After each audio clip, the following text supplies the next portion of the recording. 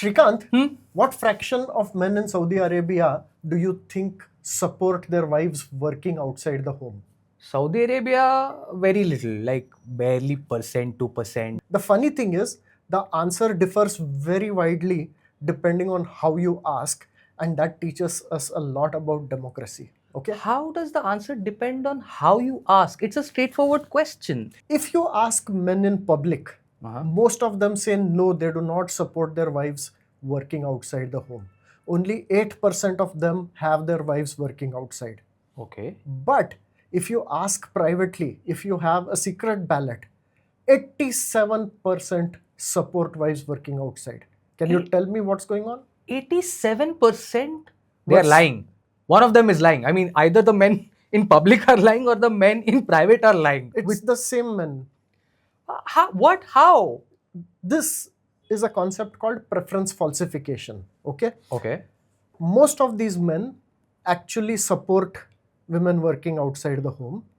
But most of them think that most of the others don't support it. Oh, so their preference on whether or not they support their wives working out of home is dictated by what the other men think. Their preference is not dictated. Their preference is very clear that they want their wives to work outside. That's the 87%, correct.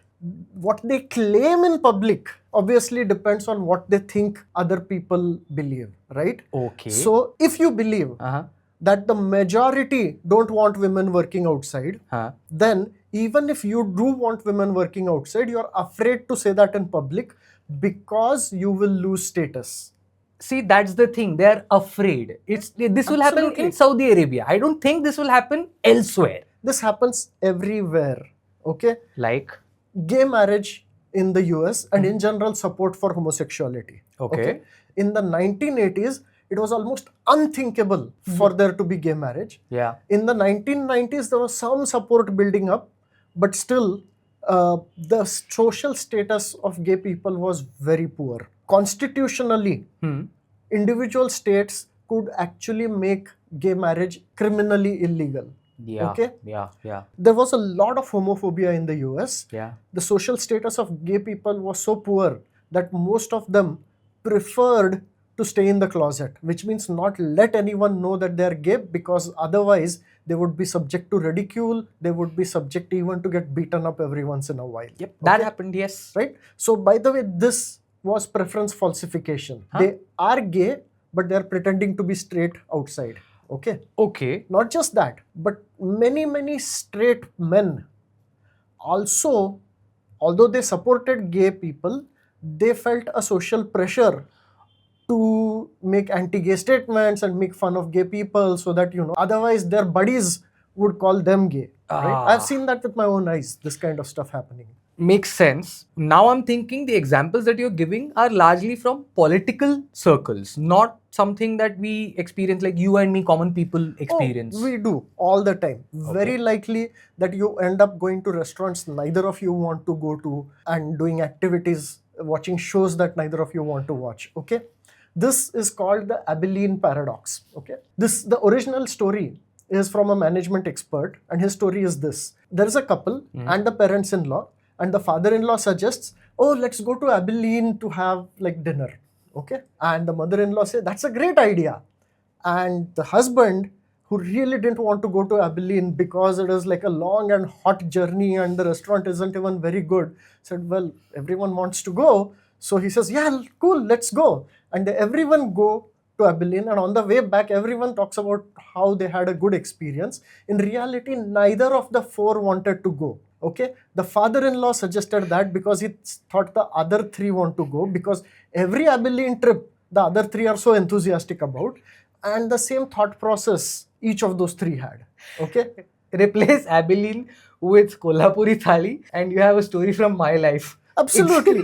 Every office has a situation like this, right? You just think that everyone likes this X thing, right? Right. Unless you happen to have like a strong-willed maverick who's willing to state their opinion, even if that makes them unpopular. In front of a father-in-law, that strong-willed maverick has to take a back seat. I Okay, wonder who you're talking about. I don't know who I'm talking about. I'm just speaking in general. Yes. So basically, everybody else falsified their preferences because the father-in-law, who also falsified his preference, thought they wanted to go to Abilene. No, but see, especially in loving families, this can happen, right? Okay. You suggest doing things that you don't want to do, but you think the other people want to do. And then the other people accept that because they think you want to do it because you suggested it.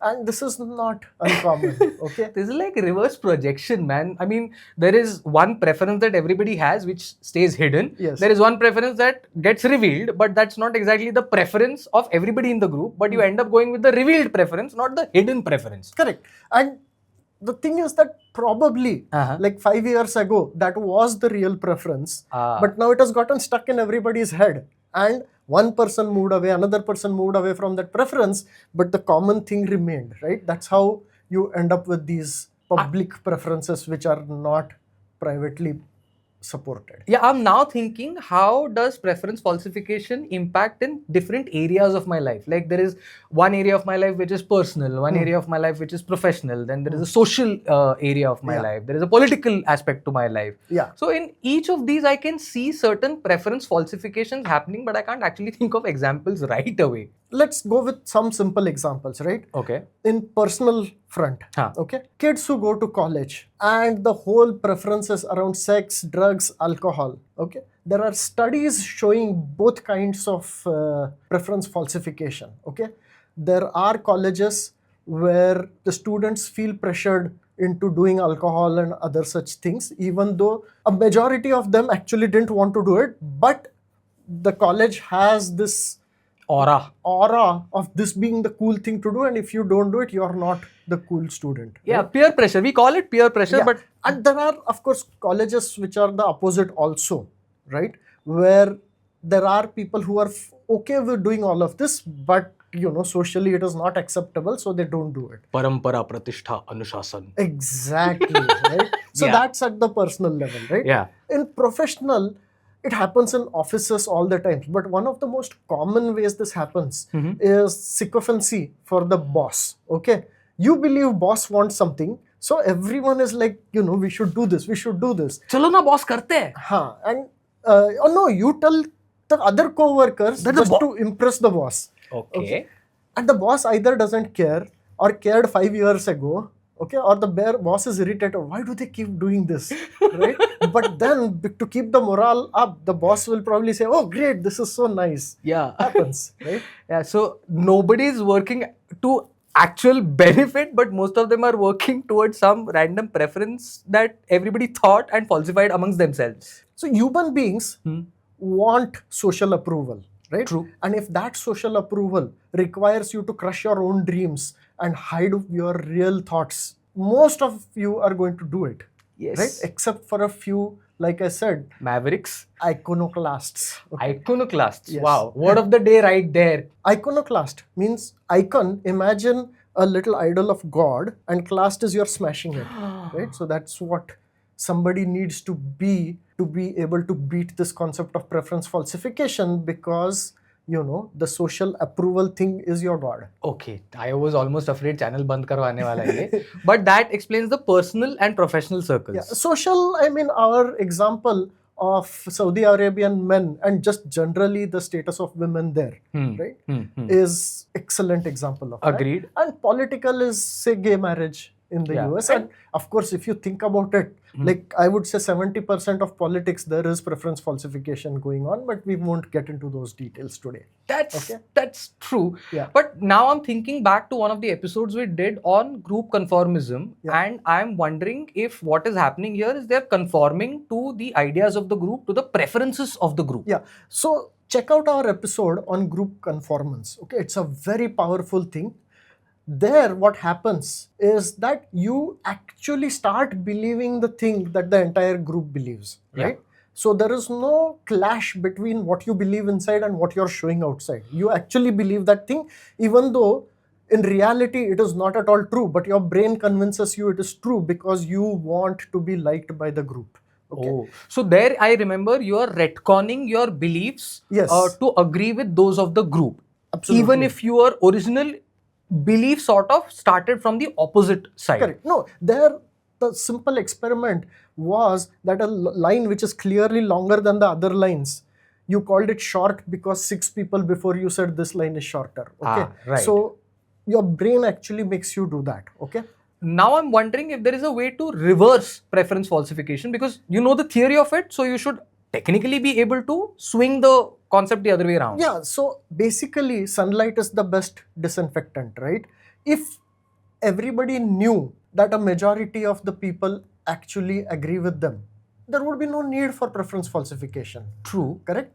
So let's go back to the example of gay marriage in the US, right? Okay. In the 1980s, there were some brave people who started high profile campaigns for gay rights. They Okay. did, yeah. Now, obviously, everyone who did this at this time, they were in such a small minority, or at least most people thought this is a minority. Yeah.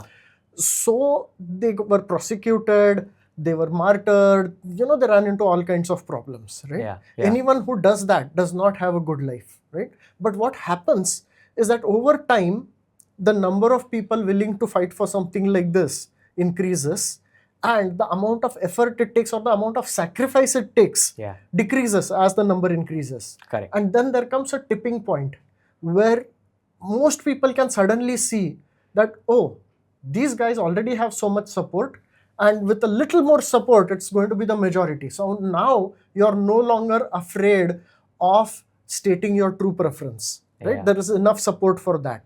And then a whole bunch of people quickly come out and reveal their true preferences. At this point, what happens is that there is a sudden swing from, say, only 30% support to 70%. This concept is called a preference cascade, and it's like a domino effect. One Exactly. falls and then they keep falling all in line, sort of, so to speak. Now I'm trying to think of what popular examples of preference cascades that we have seen, but we don't really know of them as preference cascades. Well, I mean, what I have seen, right, is the eco-friendly movement in India related to festivals, right? Yeah. I mean, when I was a kid, we would love firecrackers. Okay, but now in my circles, even the kids don't want firecrackers. In fact, the kids are yelling at the parents because the parents are trying to buy and the kids say no. Okay. Yeah. Similarly, holy colors, from horrible toxic colors, we have now gone to colors which are extremely eco-friendly and I think edible these days. Similarly, eco-friendly Ganpati, the idols are now made of Shadu Mati, correct. Yeah. So those things have happened. At a global scale, there are things like a public overthrow of a government is a preference cascade, right? What happened in Bangladesh just a few months back, right? It seemed like, oh, Hasina is in charge of Bangladesh and she controls it, and then within days it had flipped. And the same thing we saw in the Arab Spring with Egypt and Tunisia, like 4 or 5 countries overthrowing their governments, because as soon as you see that, oh, if Egyptians are doing it, maybe the same is true of us, right? Indian independence movement can also be called a preference cascade, but a very long and slow one, right? Initially, only a few people were willing to publicly say that we should fight the British government, and a lot of people were just not ready to say it publicly, but then slowly it shifted. Yeah, right? for fear of retribution, for fear of punishments, and a lot of other reasons, but then they slowly gathered momentum and then it became a movement. And I see that definitely. And I'm also thinking that Me Too was... So Me Too is absolutely an example of a preference cascade like that, right? Because a woman who gets sexually harassed has very high pressure to keep it hidden, okay? True. Because otherwise her career suffers. Anyway, the guy does not really get any punishment, and there's all kinds of problems, right? But once high profile Me Too cases came out and a marketing campaign was created, so many women started talking about it that a lot of them felt a sense of responsibility to talk about it, right? So True. that everyone knows how much of this is going on. What happened with the Me Too movement was that then it became too far in the opposite direction, where the slightest accusation would lead to a person getting cancelled even before they had a chance to make their case. Right. I'm not saying we don't believe the women. I'm saying there should have been an opportunity given to defend, which didn't happen. Yeah, in some sense, what is happening is that now this is reverse preference falsification. Okay. And it is preference falsification just in the opposite direction. So there are cases in the US where people who are against cancel culture are afraid to state their views because they're worried they'll get cancelled, right? Okay. So an excellent example comes from Dartmouth College, right? There were student protests there, and the president came out against student protests. Okay. So the student body decided to hold a vote Of no confidence. of no confidence against the president. Okay. When they held an open vote, the no confidence was supported 13-2. As in 13 of the voters were like, we don't want this president anymore. We don't Correct. have any confidence in the president. Correct. But same student body, when they had a secret ballot, the vote flipped. It was 8-7 against. Okay. Okay, so that's preference falsification clearly right there for you. Preference falsification has so many uses for evil, man. I mean, I can see how politicians can use it to their advantage. Oh, absolutely. Politicians are experts at being evil. No, I mean, politicians are experts at using preference falsification. Okay, Yeah. They create an atmosphere where the views they want to push forward seem like the only acceptable social consensus. Yeah. And then everybody else has to just hide their thing. And that's why it takes, again, like strong protests for somebody to be able to break that illusion of consensus, right? Yeah, I'm thinking about dictators and how they use preference falsification, North Korea being one clear example. No. Simpler, right? Most dictatorships do not have the support Right, that they need, right? But they are able to convince the entire country that most other people support them, right? Because what happens is that the day everyone who doesn't support that dictator realize this and they come out on the street, the dictator runs away. We have seen that again and again and again, Yeah. right? So most dictatorships survive purely through preference falsification. And one of the biggest ones over the years, I'm invoking Godwin's law here, but yeah, Hitler came to power in exactly the same way. Yeah. That's why it makes sense that an iconoclast, a martyr, or someone who's willing to swim against the tide is needed to sort of shift the needle from that falsified preference into something different. Like just shifting of the needle requires an iconoclast, a martyr. But can it be done without an iconoclast? Yes, a martyr? one really good thing about modern technology is that it allows us to have anonymous accounts, right? That's why it is important for Twitter, Facebook, etc. to have anonymous accounts, right? Yeah.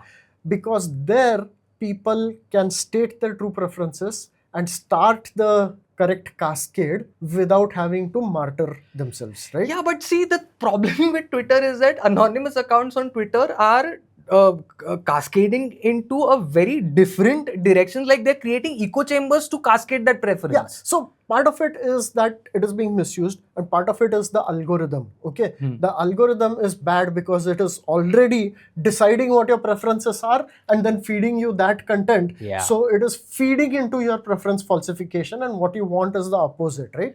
That's why try to stay away from the algorithm and follow like the serious, proper accounts. Yeah, we've spoken about this. Curate your social media very carefully, because what you curate is what the algorithm will feed you. And if you let the algorithm decide what to feed you, you will end up in a very big mess. But in addition to that, it is important for there to be secret ballots, for there to be anonymous surveys that can be filled out, and of course crazy activists, right? One of the things is that when there is a protest, okay, there is a lot of pressure on the regular people who are not protesting to make fun of the protesters. But that itself is usually a form of preference falsification, right? Yeah. Because you're trying to impress the people around you. Yeah. And that's why it is sort of important to let the protesters protest and at least try to understand where they are coming from, right? That is why it is okay to throw soup on the Mona Lisa or whatever other painting soup was thrown on, because that kind of protest gets the topic into discussion, which is important because it's related to climate change. That's what the protesters are protesting. Not climate change, but you know what. Anyway, please go on. In addition, also try to use preference falsification as a tool for good, right? Okay. For example, in your company, if you create a culture that we are all nice and polite and kind to each other, right? There will be a number of people who don't like being kind and who would like to be toxic, but they hide that preference, and that Yeah. makes the company a good place to work. Right? Absolutely. Yeah. Sorry, what? Every single person watching out there is nodding their head vigorously. Yeah. Yes, absolutely agreed. Because without preference falsification, every day in every company would be Twitter outrage going on, right? It would be a toxic place. So, Absolutely agreed. right. But what a fascinating thing to take home, especially around this time, because very soon we are going to have to explicitly specify our preferences on a piece of paper or maybe through a button. So make sure that you are not falsifying those preferences, is all I'm going to say. समझदारों को इशारा काफी है. But anything else to conclude the whole thing, to bring the whole thing together? Anything else about preference falsification that you want people to remember? So there is a great line, right? News is what someone somewhere is trying to suppress. Everything else is advertising, right? So in that sense, anything that you feel like suppressing and not talking about publicly, ask yourself, why is that happening, and should you Be talking about it. Yes. Well, we are here, we are talking about it, and we'd love for you to talk about it as well. So anything you want to talk about, drop it in the comments. This is me, Shrikant, Naveen, Future IQ. Thank you.